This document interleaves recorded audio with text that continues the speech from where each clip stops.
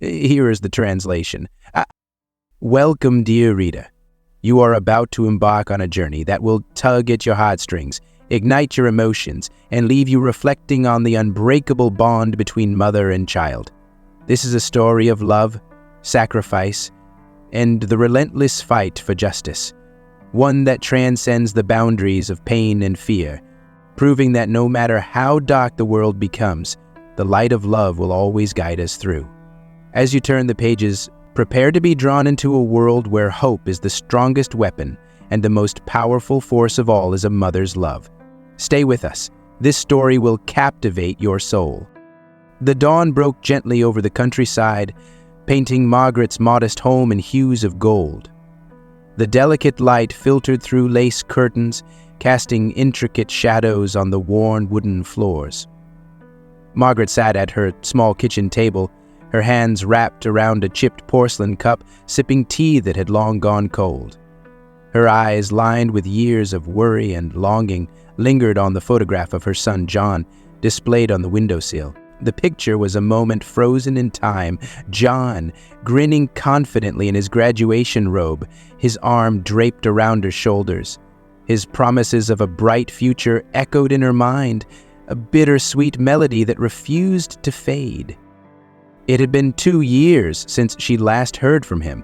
2 years of unanswered letters, unreturned calls, and silence that weighed heavier with each passing day.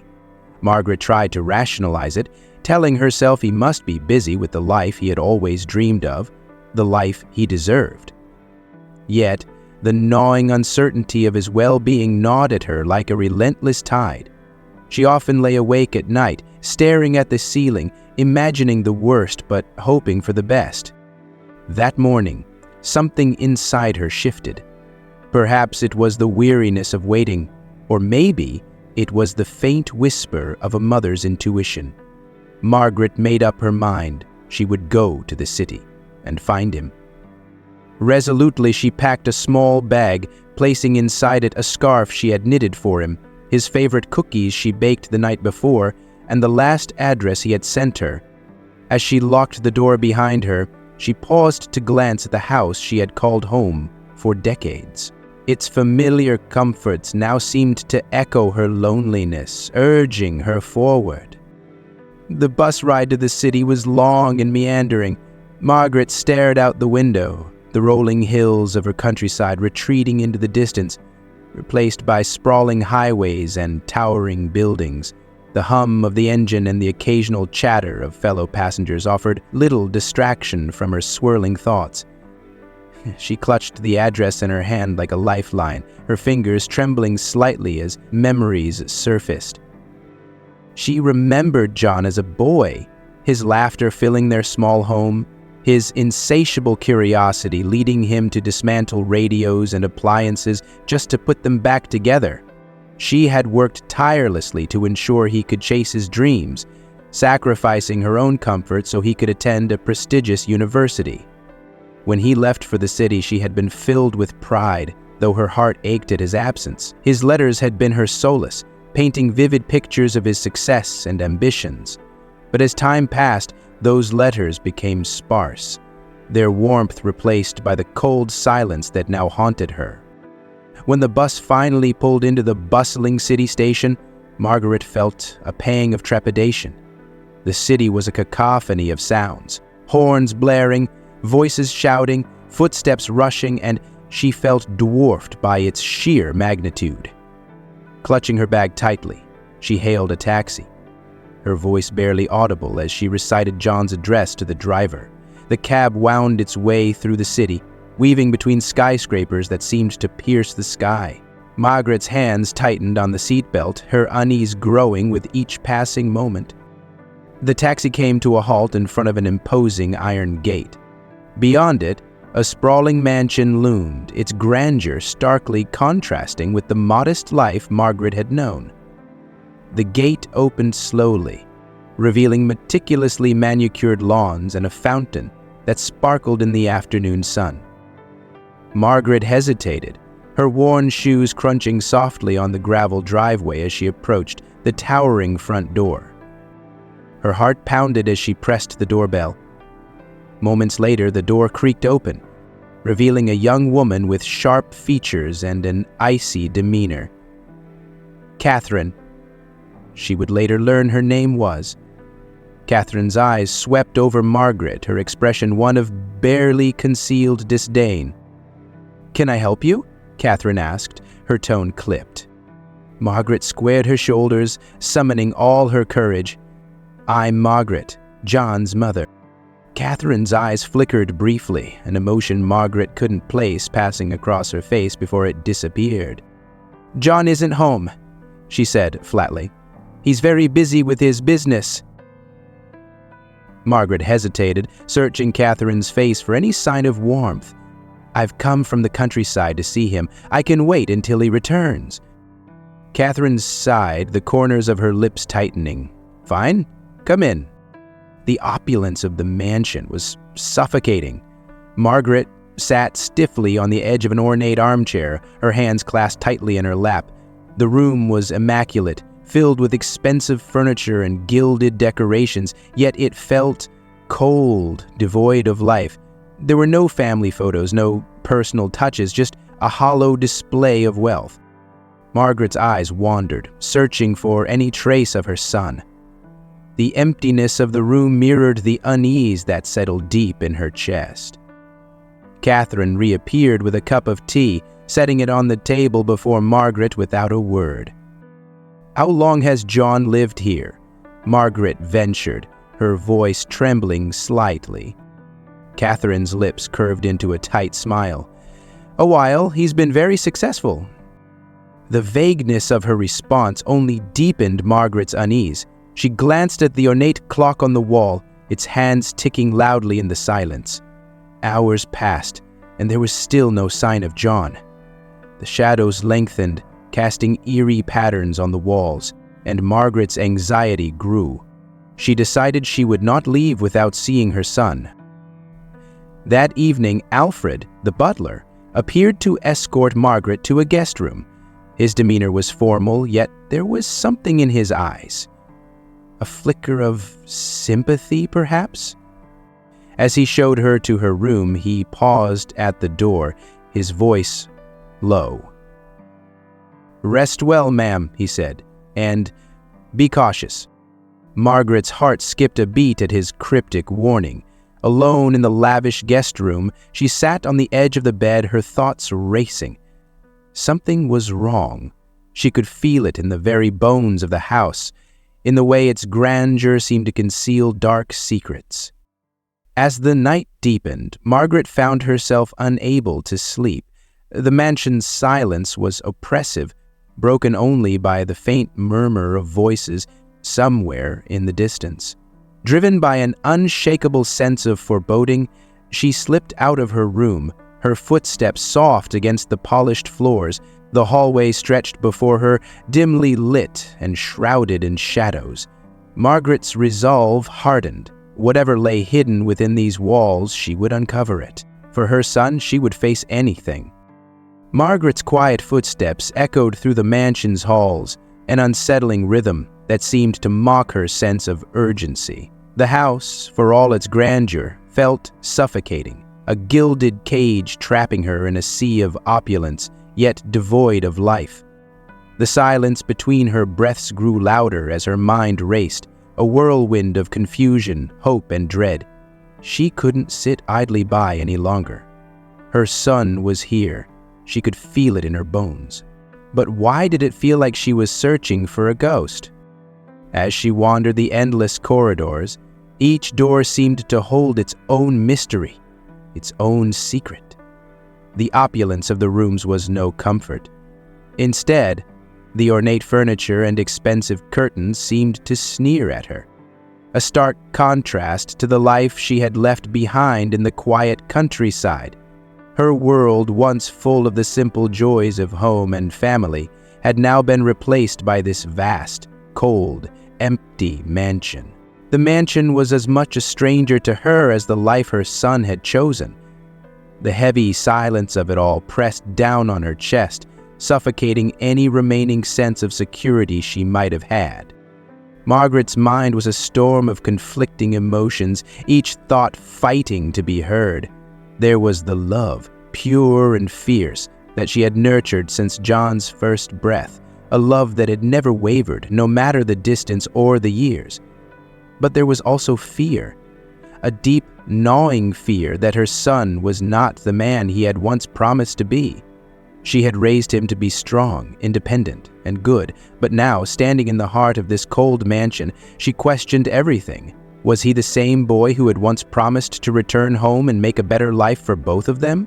Or had the city, with its promises of wealth and success, turned him into someone unrecognizable? Margaret's heart clenched in her chest. She had always been proud of him, always believed in his potential, but now that belief was clouded by doubt, by the growing sense that something was wrong.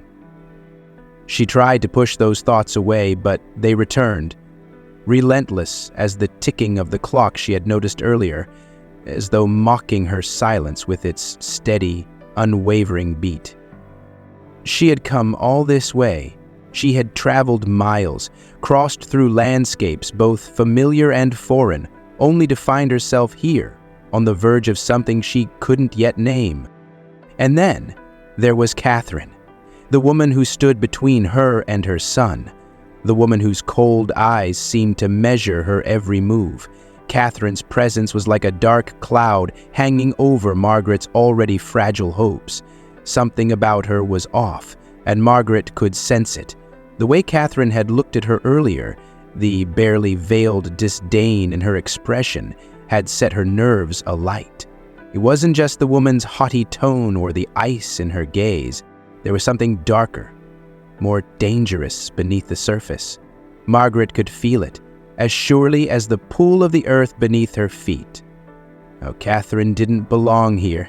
She was an interloper, a usurper in the life that Margaret had carefully built for her son. Margaret stopped outside a heavy door, the thick wooden panels gleaming in the dim light. She had passed it several times before, her footsteps faltering as if something were calling her to it. She could feel her pulse quicken, her hand trembling as she reached for the doorknob. What was behind it? What was hidden here in this opulent prison that John had not spoken of? The air grew thick around her, and she wondered if the mansion itself was holding its breath, waiting to reveal its secrets. Suddenly, a faint sound broke the oppressive stillness.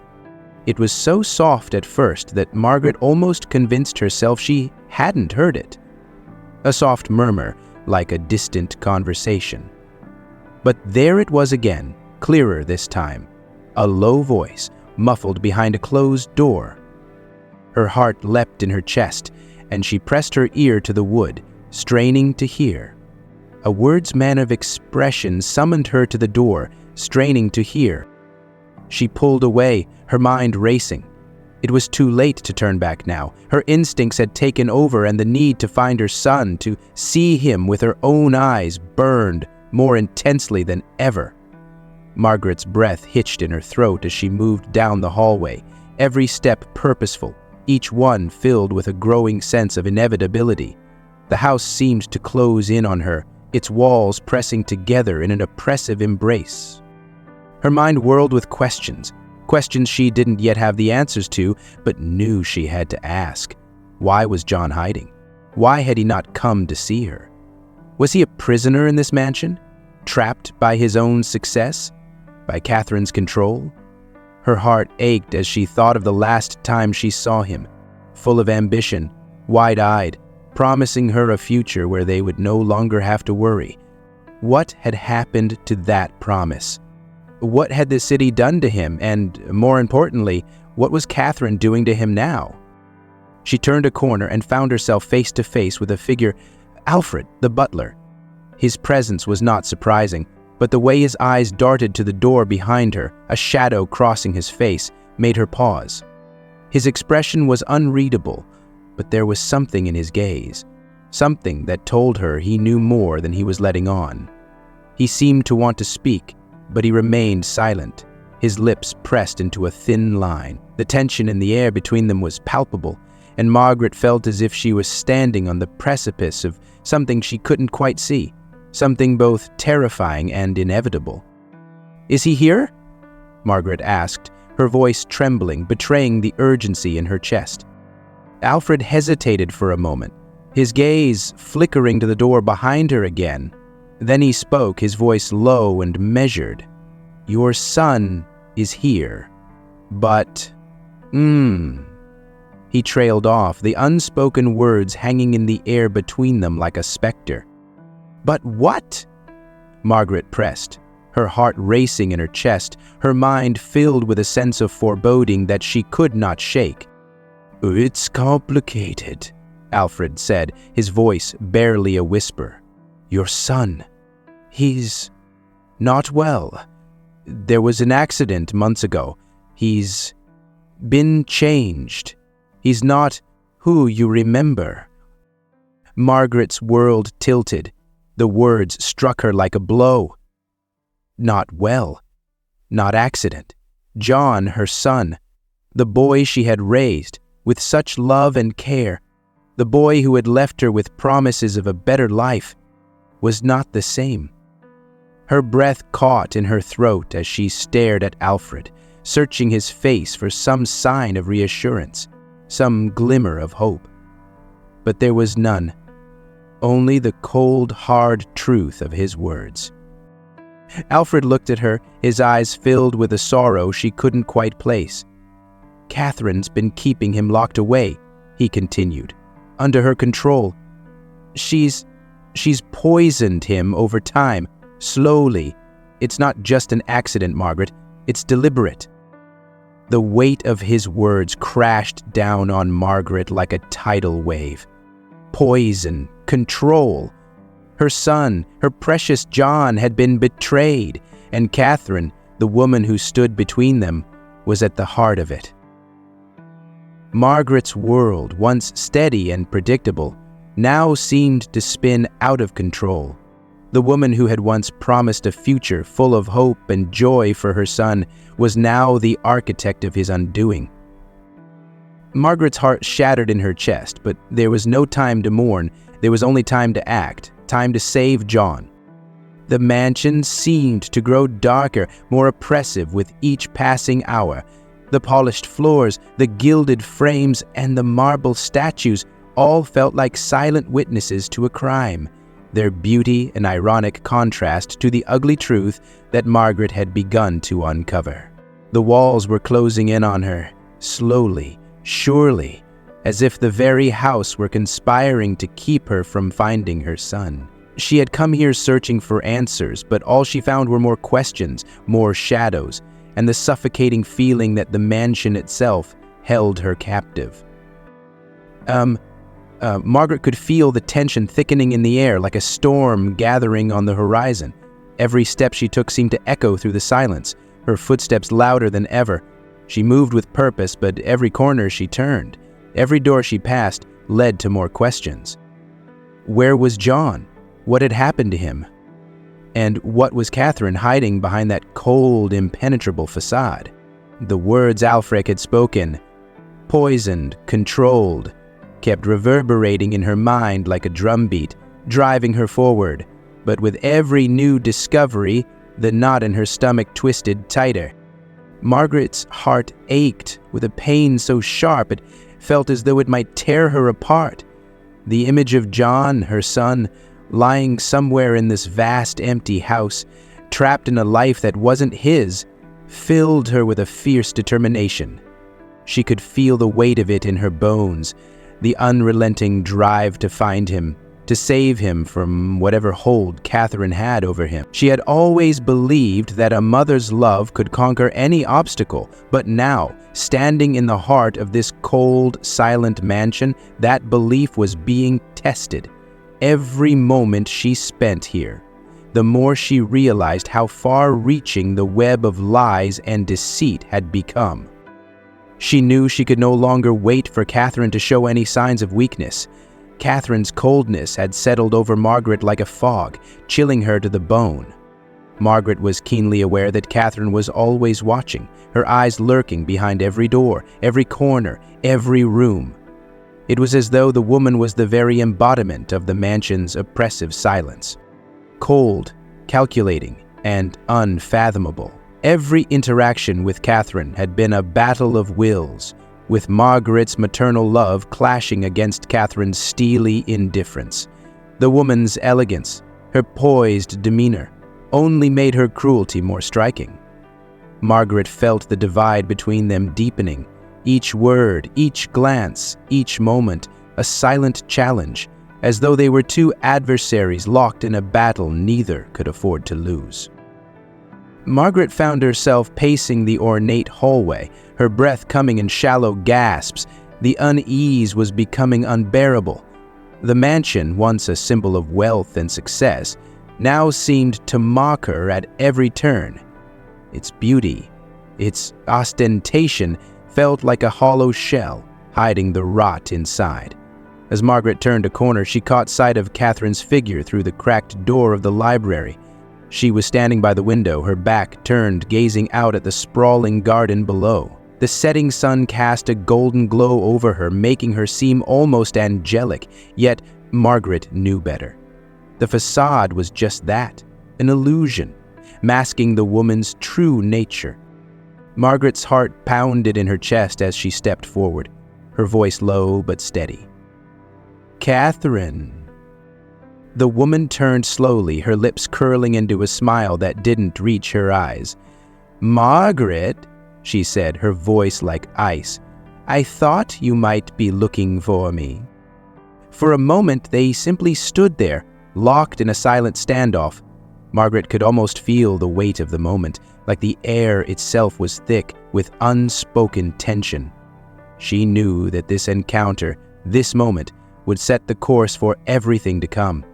She had to keep her emotions in check, had to remain composed, even though every fiber of her being screamed with anger and desperation. "I need to see my son," Margaret said, her voice barely a whisper. The words were simple, but they carried with them the weight of a mother's love, of a mother's unyielding need to protect her child. Catherine's smile faltered just for a moment before it returned, colder than ever. "John is busy," she replied, her tone dismissive. "He doesn't have time for visitors. Perhaps you should return to your quiet life in the countryside." The insult hung in the air between them, and Margaret's resolve hardened. She had come this far. She had crossed the distance between two worlds to find her son, and no amount of Catherine's dismissive cruelty would stop her now. "I'm not leaving without him," Margaret said, her voice stronger this time, her eyes burning with a fierce determination. Her words were simple, but they carried the weight of a mother's love, a love that would not be swayed by anything, not even Catherine's icy demeanor. Catherine's smile faded completely, replaced by a flicker of annoyance. You don't understand, Margaret. John's not the same. He doesn't need you anymore." Her words cut through Margaret like a knife, each one a silent accusation, but Margaret refused to let them pierce her heart. She knew better. She knew her son. And she knew deep down that no matter how far John had gone, no matter how much Catherine had twisted him, he would never stop needing his mother. She would never stop needing him. Margaret stepped forward, her steps firm, her eyes locked onto Catherine's. "I'm not leaving until I see him. You can try to keep us apart, but you can't change the truth. He's my son. He belongs with me." The tension between them was palpable now, a suffocating weight that hung in the air. Catherine's eyes flashed with a cold, calculating fury. "You're a fool, Margaret," she spat. "You have no idea what's really happening here." Margaret stood her ground, her chest heaving with the intensity of her emotions. The love she felt for her son surged through her like a tidal wave, drowning out every fear, every doubt. She was no longer afraid of Catherine or the mansion. All she could think about was John, and the image of him lying somewhere in this house, lost and alone, filled her with a burning need to protect him. "I know exactly what's happening here," Margaret said, her voice steady and fierce. "You've taken my son. You've poisoned him, controlled him, and turned him into someone he's not. But you won't keep him forever. I will save him. And when I do, you'll have to answer for what you've done." The words hung in the air like a challenge. Catherine's face twisted in fury, her eyes narrowing into slits. "You think you can take him from me?" she sneered. "You think you can waltz in here and undo everything I've done?" Which ending do you think is most fitting for this story? Leave your predictions in the comments. Margaret felt a surge of defiance fill her chest. "I'm his mother. I've spent his entire life loving him. I will never stop fighting for him, no matter what you do." The confrontation was charged with an intensity that made Margaret's heart race.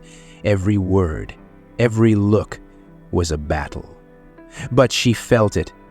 Felt the power of her love for John, burning brighter than ever. She would find him. She would bring him back. Nothing could stop her. As Catherine turned away, her expression darkening, Margaret knew that this was only the beginning. But in that moment, she also knew something else.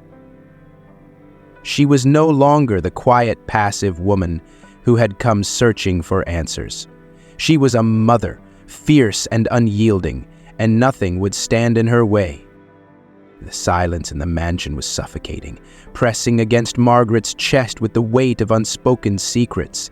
Every room felt like a tomb, each step she took echoing louder, like the ticking of a clock counting down to something inevitable. She could feel the walls closing in around her, the grand chandeliers above seeming to stare down, indifferent to her pain. Yet in the depths of her soul, a fire was burning, one that could not be extinguished. It was the fire of a mother's love, fierce and unyielding, and it burned hotter now than ever before. Margaret moved through the mansion like a woman possessed, driven by the knowledge that her son was somewhere in this labyrinth of cold marble and polished wood. She knew she was getting closer. The very air was thick with the tension of discovery, and as she turned yet another corner, she heard it. The faintest sound of movement. The hairs on the back of her neck stood on end. This was it. She reached a heavy wooden door at the end of a long, dimly lit hallway. It was the only door in the house that remained closed. It was the final barrier. Margaret's hand trembled as she reached for the doorknob, her heart thundering in her chest, but she didn't hesitate. The weight of the moment, the years of longing, the unrelenting worry pushed her forward. With one swift motion, the door creaked open, revealing a room bathed in shadows, its furniture covered in thick dust as though it had been abandoned for years. The stark contrast to the mansion's opulent rooms was jarring. It was almost as if the mansion was hiding its true face from the world. And then she saw him. John lay on a bed at the far side of the room, his body frail and unmoving, his eyes closed, a faint breath escaping his lips. The sight of him, so broken and pale, almost brought her to her knees. Her heart constricted with pain, but it was not just pain. It was a rush of love so overwhelming, so intense, that it surged through her entire being. The tears came without warning, and she stepped forward, her voice a whisper as she reached out to touch him. "John," she whispered, her fingers brushing the side of his face. "My dear boy, I've found you." For a moment there was no response, no sign of recognition. Margaret's breath caught in her throat as a sickening thought crossed her mind. Had she come too late? Was this the son she had loved and raised? Or was this a stranger, a ghost of the boy she once knew?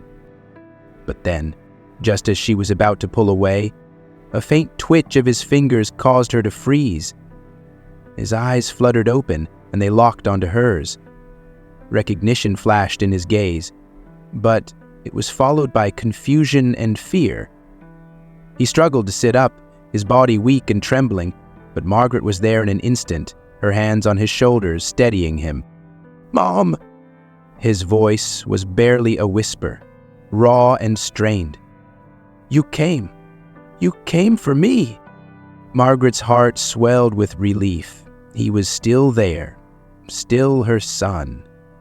The years of worry, the doubt, the pain, all faded in an instant, washed away by the overwhelming truth. Her son was alive, and he was reaching for her, calling out for her. The bond they shared, no matter how much time had passed, was unbreakable. But the moment was short-lived. A shadow loomed at the door, and Margaret's heart skipped a beat. Catherine stood there, her figure silhouetted against the dim light of the hallway, her eyes flashing with cold fury. "You shouldn't have come here." Catherine's voice was sharp, cutting through the air like a blade. "You have no place in this world anymore. You've made your choice, Margaret, and now it's too late." Margaret stood tall, her love for her son propelling her forward. "No, Catherine. You're the one who has no place here. This is my son. You've done enough damage. It ends now." Catherine's eyes narrowed as she stepped into the room, her movements smooth and deliberate. "You think you can just walk in and undo everything? John belongs to me now. He's mine." Her voice dripped with venom as she stepped closer, her words almost a hiss. "And you? You're nothing. A relic from his past, a ghost he's better off forgetting." Margaret's chest tightened with fury, but her love for John burned brighter than her anger. She stepped forward, her hand reaching for John's, her voice steady, unwavering. "You've taken everything from him, Catherine. His freedom, his future, his health. But you can't take his love for me, and you can't take his life. I'll fight for him until my last breath." Catherine's lips curled into a sneer. "You think you can stop me? I've controlled him for so long, and I'll do whatever it takes to keep it that way." Margaret took a step toward her, her eyes never leaving Catherine's, the intensity of her gaze piercing through the facade. "I've already stopped you. You've poisoned him, tried to break him, but you've underestimated one thing: my love for him. A mother's love cannot be defeated. You can lock him in this mansion, you can twist his mind, but you can never take away the truth. He's my son, and I will save him." The words hit Catherine like a slap, and for a moment the icy composure she had held onto so tightly faltered. Her eyes flickered with something, fear perhaps, but she quickly masked it with a look of disdain. "You'll regret this, Margaret. You'll regret thinking you can take him from me." Margaret stepped closer, her gaze unwavering, her voice filled with quiet but fierce strength. "I don't need to take him from you, Catherine. He's never been yours to keep."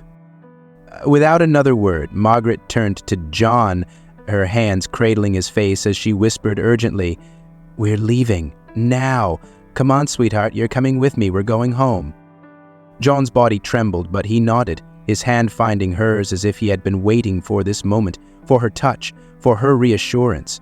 He was still weak, still recovering, but Margaret's strength flowed into him, an unspoken promise that she would never leave him again.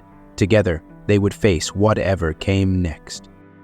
But as they tried to move toward the door, Catherine made her move. She lunged forward, her hand grabbing John's arm in a vice-like grip. "No!" she screamed, her voice twisted with fury. "You're not taking him from me. He's mine!"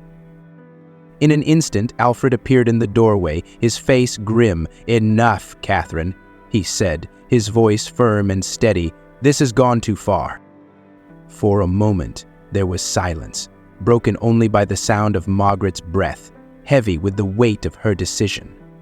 Catherine hesitated, her hand still gripping John's arm, but the spell had broken. She was no longer in control. The truth of Margaret's love for her son, unwavering and unbreakable, had shattered her hold over him. John's voice, weak but resolute, cut through the tension. "Let go of me, Catherine. I'm not yours. I never was." Catherine's face twisted with rage, but she finally released him, stepping back. The battle was over. Margaret had won. As they left the room, Margaret's heart soared with a joy so pure it felt as though the weight of the world had been lifted from her shoulders. Her son was free, and together they would face whatever came next. The love they shared, the bond that could never be broken, was the greatest power of all. It was the kind of love that never gave up, that never faltered. And Margaret knew, as they walked out of the mansion and into the light, that it would guide them through the darkness. The world outside the mansion felt different, almost foreign. Margaret had stepped into the cold night air with her son at her side, but the heavy weight of the mansion's secrets lingered in her chest. Every step they took away from the gilded gates was a silent battle between relief and dread, between the hope of freedom and the unshakable sense that they were not yet safe. She held John's hand tightly, his fragile fingers gripping hers in return, a silent promise passing between them. She could feel his trembling body, the weakness of someone who had been broken by forces far beyond his control. But she was here. She had found him. She had saved him. And nothing in this world could take him from her again. Yet, the danger was far from over. Margaret's heart raced, each beat a drum of urgency as they made their way to the car. Her eyes darted over her shoulder, a deep unease creeping over her, her every instinct telling her that something was wrong. She could feel the air thickening, the oppressive weight of the mansion's walls still looming in her mind. She couldn't shake the image of Catherine's furious face as she stood in the doorway, her eyes filled with venom. Margaret had thought she had broken free, but the truth was that Catherine wasn't going to let them go so easily. She had too much to lose. As they reached the car, Alfred emerged from the shadows, his presence as much a comfort as it was a reminder of how perilous their situation still was. "We need to leave, now," he urged, his voice hushed but urgent. "Catherine will come after you. She'll stop at nothing to get him back." Margaret's stomach churned at the thought of Catherine's wrath. She could almost feel the woman's presence, like a shadow at her back, lurking, waiting for the moment to strike. But Margaret had come too far. She had fought too long. She wasn't going to let fear take control now. The love for her son surged within her, burning bright and fierce, a beacon in the storm. "Let's go," she said, her voice steady despite the adrenaline racing through her veins. "We're not looking back." John, weak and disoriented, climbed into the car with Margaret's help. As the door clicked shut behind them, a rush of relief swept over her, but it was fleeting. She couldn't let herself relax. Not yet. The sound of the engine starting, the car's tires crunching on the gravel, seemed to mark the beginning of a new chapter, but one that was fraught with uncertainty. The danger was not over. Catherine was still out there, and Margaret knew, with a sick certainty in her gut, that this was only the calm before the storm. The city streets outside seemed to blur as they sped away, the lights flashing by like fireflies in the dark. But the further they drove, the more Margaret felt the heaviness in her chest. The mansion, with all its dark secrets and twisted machinations, felt like it was still chasing them. She gripped the wheel tighter, as if she could drive faster, further, to outrun the shadows that clung to them. But no matter how fast they went, no matter how many miles they put between them and the mansion, the weight of what had happened would not be shaken so easily. John, his head resting against the window, turned to her, his face pale and drawn, but his eyes filled with something Margaret hadn't seen in him for a long time. Hope. It was a fragile thing, flickering like a candle in the wind, but it was there. She saw it in his gaze, the way his hand found hers again, this time with more strength. It was the smallest of gestures, but to Margaret it was a promise that he was still with her, still fighting. "I'm scared, Mom," he whispered, his voice barely audible over the sound of the engine. Margaret's heart clenched. She had known the fear would come. It was the inevitable response to the chaos they had just escaped. But she would not let her son face it alone. She squeezed his hand, her voice low but unwavering. "I know, sweetheart, but we're going to be okay. We're going to get through this." Her words, though meant to comfort, felt hollow in the face of everything they had just been through. The fear in John's eyes mirrored her own, but she couldn't let him see that. She couldn't let him see the uncertainty that gnawed at her. She had to be the strong one. She had to be the one who carried them both through the storm. The car wound its way through the city, the lights fading behind them as they left the chaos of the urban sprawl behind. But the further they went, the more Margaret felt the weight of what was coming. She knew they couldn't hide forever. They had to act, and they had to do it fast. The evidence they had gathered, Catherine's lies, John's medical records, Alfred's testimony, was their lifeline. It was their one chance to take down Catherine for good. But they had to get it to the right people. They had to expose her for the monster she was before she could make her move. "We're almost there," Alfred said, breaking the silence. His voice was calm, but there was an edge to it now, a tension that had not been there before. "We need to go straight to the authorities." Margaret nodded, her mind already working through the next steps. They couldn't afford to make any mistakes now. Every decision they made had to be perfect. If they failed, if Catherine caught up to them, all of it, everything they had fought for, would be lost. As they approached the outskirts of the city, Margaret felt a strange sense of dread creep over her.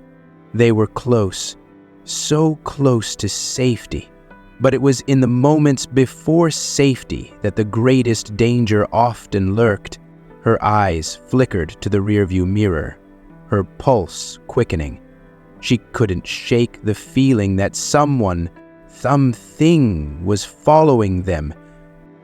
"Alfred," she said, her voice tight with fear. "Are we being followed?" Alfred glanced behind them, his expression unreadable. "It's hard to say, but stay alert. We're not out of the woods yet." A jolt of panic shot through Margaret's chest. Her grip on the wheel tightened, her knuckles turning white. They were so close, but the danger was still looming. She could almost feel it, like a cold hand reaching out for them from the darkness. Her mind raced, her thoughts tumbling over each other. She had to stay focused. She had to keep them safe. But as the car turned a corner, Margaret saw it. In the distance, the faintest flicker of headlights. Too close. Too deliberate. Her heart skipped a beat. It was them. It had to be. Catherine had found them. "Hold on," Margaret whispered, her voice filled with a mixture of fear and resolve. "This is it." With a sudden surge of adrenaline, she floored the gas pedal, the engine roaring to life beneath her as the car lurched forward. The city was slipping away behind them, and in the distance she could see the lights of the authorities station. They were almost there, but they weren't there yet.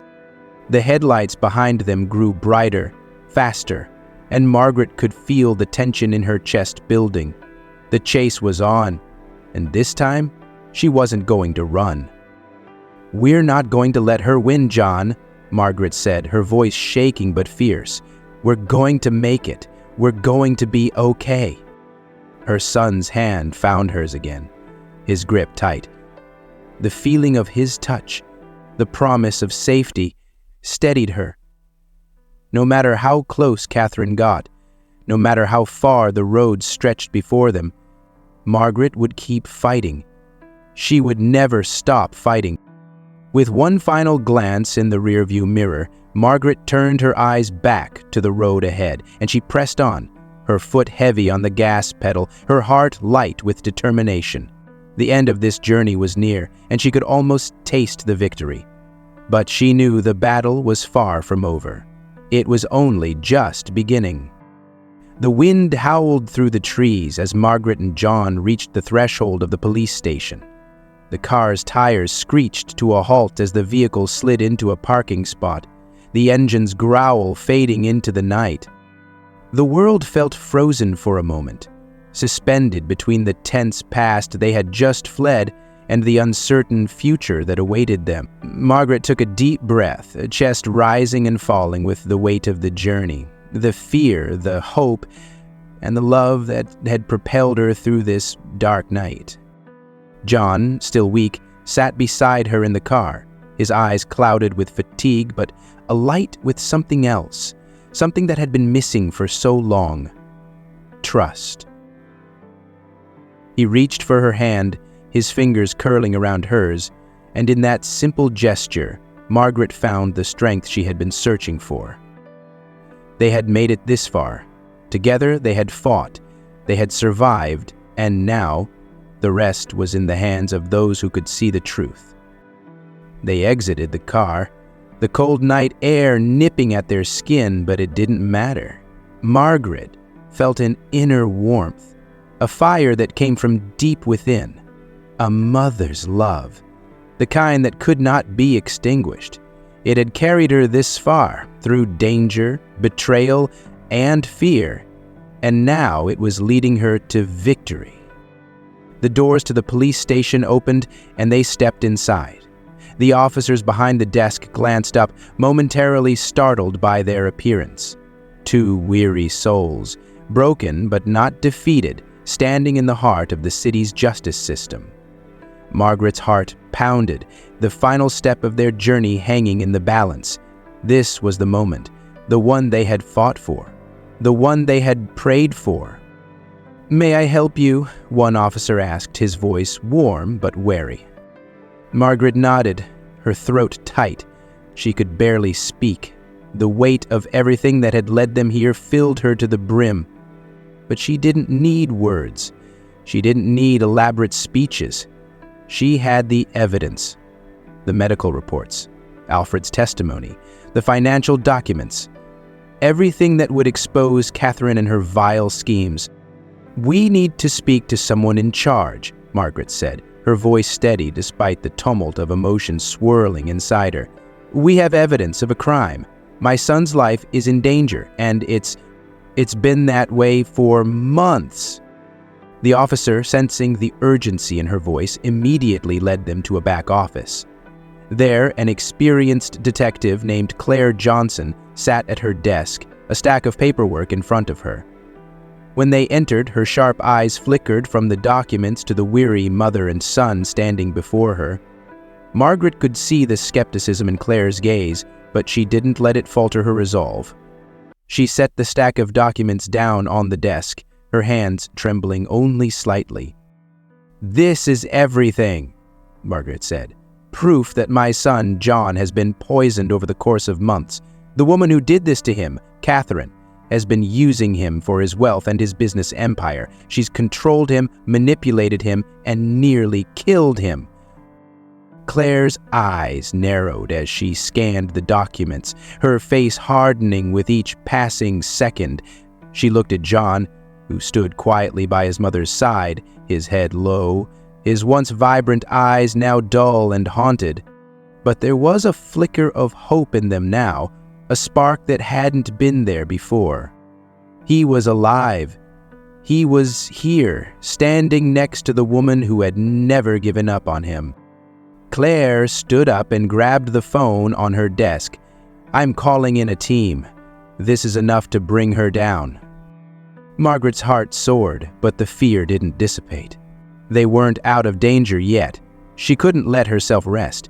She couldn't let herself believe they were safe until she knew Catherine was in custody, and until she knew that her son was free from the woman who had tried to ruin his life. Minutes felt like hours as Claire spoke with her team, coordinating the arrest. Margaret stayed close to John, her hand still gripping his, her heart still racing. The walls of the police station seemed to close in on them as the sound of footsteps echoed down the hall, each one a reminder of the final confrontation they were about to face. Finally, after what felt like an eternity, Claire hung up the phone. Her face was grim, but there was a flicker of satisfaction in her eyes. "It's done," she said, her voice calm and authoritative. "Catherine is under arrest. She's not going anywhere." A wave of relief washed over Margaret, but it didn't last long. It wasn't over yet, not by a long shot. She had known the fight wouldn't end with Catherine's arrest. There would be a trial, an investigation, and a long road ahead to reclaim what was rightfully theirs: John's freedom, his dignity, and his future. Months passed, but the ache in Margaret's chest never quite faded. The battle they had fought together had been long and grueling, but now, as she sat on the porch of their small countryside home, she realized something that filled her with peace. John was home. He was finally free from the chains that had bound him for so long. He was safe. And no one, not Catherine, not the mansion, not the lies, could take that away. The autumn air was crisp and clean, the trees outside their home dressed in vibrant colors of gold and orange. It was the kind of day that felt like a new beginning, a day that held the promise of something beautiful. Margaret watched as John walked around the yard, a smile on his face, his body stronger now, his eyes brighter, his steps more sure than they had been in months. He was healing, not just physically, but emotionally, and so was she. "I never thought I'd see this day," John said, his voice soft as he sat down next to her on the porch swing. He looked out at the peaceful landscape, his hands resting on his lap. "I never thought I'd be free again." Margaret's heart ached, but there was warmth in the ache. "I knew you would be, son. I never gave up on you, not for a second, and I never will." John turned to her, his face filled with gratitude, but there was a weight in his gaze that Margaret recognized, a weight of understanding, of knowing how much his mother had sacrificed for him, how much she had fought for him. The bond between them had always been strong, but now it was unbreakable. It was forged in fire and love and determination, and it was a force that no one could ever tear apart. "You saved me." "Mom," John whispered, his voice thick with emotion. "You gave me back my life." Tears filled Marguerite's eyes as she pulled him into a tight embrace, holding him close, feeling the steady rhythm of his heart beat against hers. This was her victory. This was the moment she had fought for, the moment when everything, all the pain, all the sacrifice, all the love, had come together to bring them back to each other. The days that followed were full of quiet moments like this. Moments of peace, of healing, of finally being able to breathe again. Margaret knew the road ahead would still have its challenges. There would be legal battles, the scars of the past to heal, and the long journey of rebuilding a life shattered by betrayal. But she also knew that nothing could take away the bond they shared, nothing could take away the love that had carried them through the darkest days. And so, as the sun set on the horizon, casting its golden light across the fields, Margaret sat beside her son, her heart full. The fight was over. The victory had been won, and, in the quiet of the countryside, they had found their way back to each other, to peace, and to a future that was finally their own. As Margaret gazed at the sky, she whispered softly to herself, "This will always be your home, son. No matter how far you go, this is your refuge." John, standing beside her, smiled through his tears. "I'll always carry that with me, Mom. You've shown me what real strength is." Which ending do you think is most fitting for this story? Leave your predictions in the comments.